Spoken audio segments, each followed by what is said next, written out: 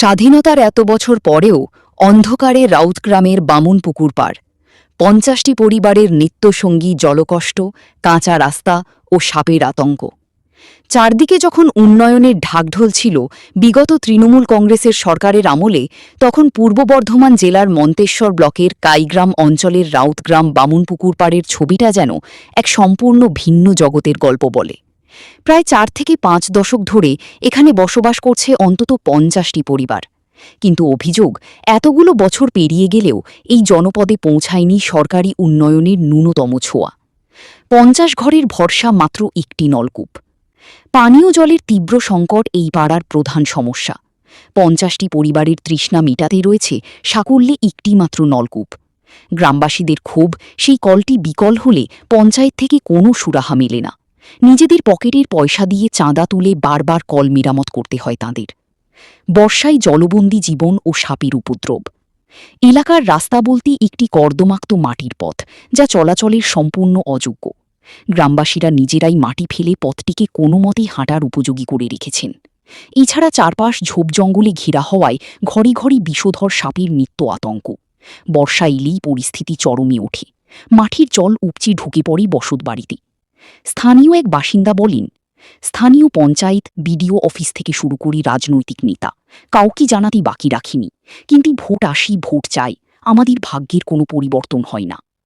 প্রশাসন ও জনপ্রতিনিধিদের দপ্তরে বারবার দরবার করেও কেন এখনও এই জনপদ উন্নয়ন বঞ্চিত, সেই প্রশ্নই এখন তাড়া করে বেড়াচ্ছে ক্ষুব্ধ গ্রামবাসীদের।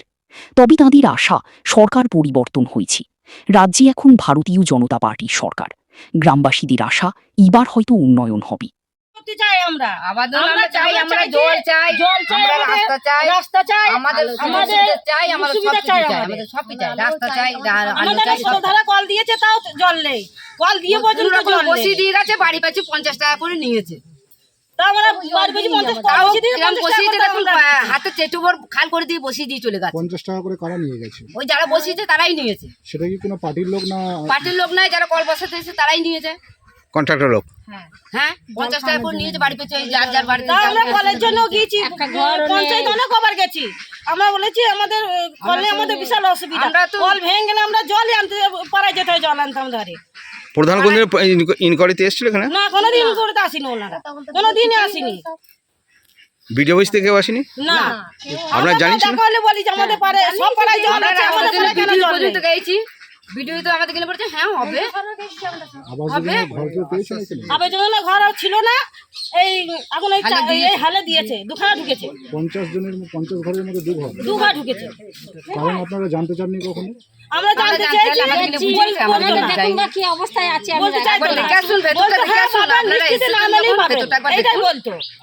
অবস্থায় আমরা থাকতাম।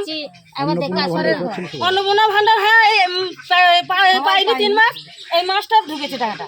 আমি তো 3 মাসই পাইনি। সকলেই ঢুকেছে যতগুলো এখানকার মহিলা আছে? কিছু কিছু ঢুকেছে, আমার বন্ধ ছিল, আমার এই মাসের টাকাটা ঢুকেছে। নতুন আপনাদের পাড়ার কি সমস্যা হচ্ছে? আমাদের পাড়ার সমস্যা খুব খারাপ। রাস্তাঘাটে কি রকম? রাস্তাঘাটে প্রচুর কাদা, আমরা বেরোতে পারি না, ছেলেপিলেরা যেতে পারে না। আমাদের রাস্তা তো হচ্ছে না, আমরা বলেছিলাম। তারপরে দ্বিতীয় কথা, আমাদের কল দিয়েছে, জল দেয়নি, এইসব। আর টিউবওয়েল কটা আছে?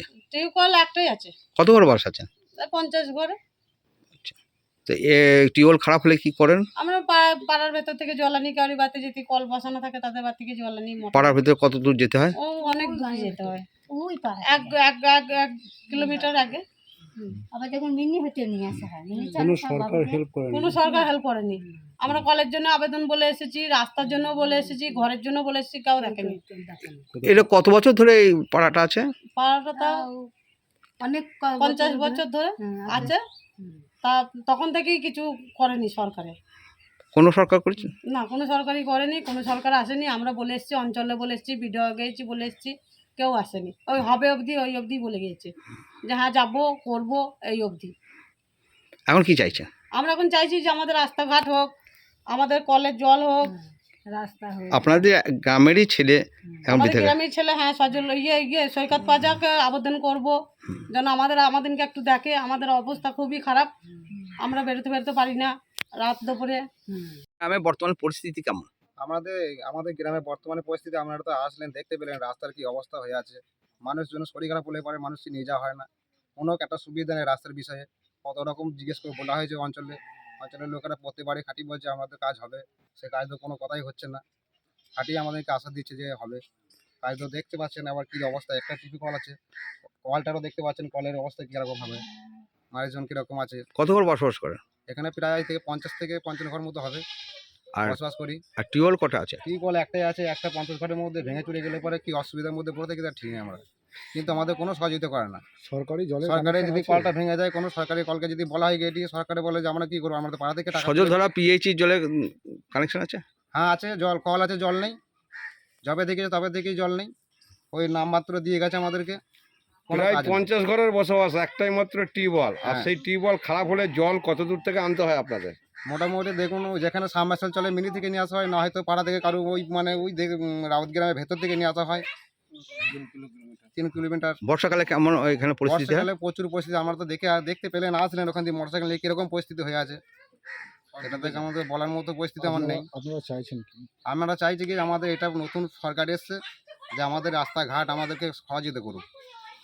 আপনার নাম? আমার নাম মিষ্টি বয়রা, বাড়ি? রাউত গ্রাম, কোন পাড়া? বাবুন পুকুরে পার।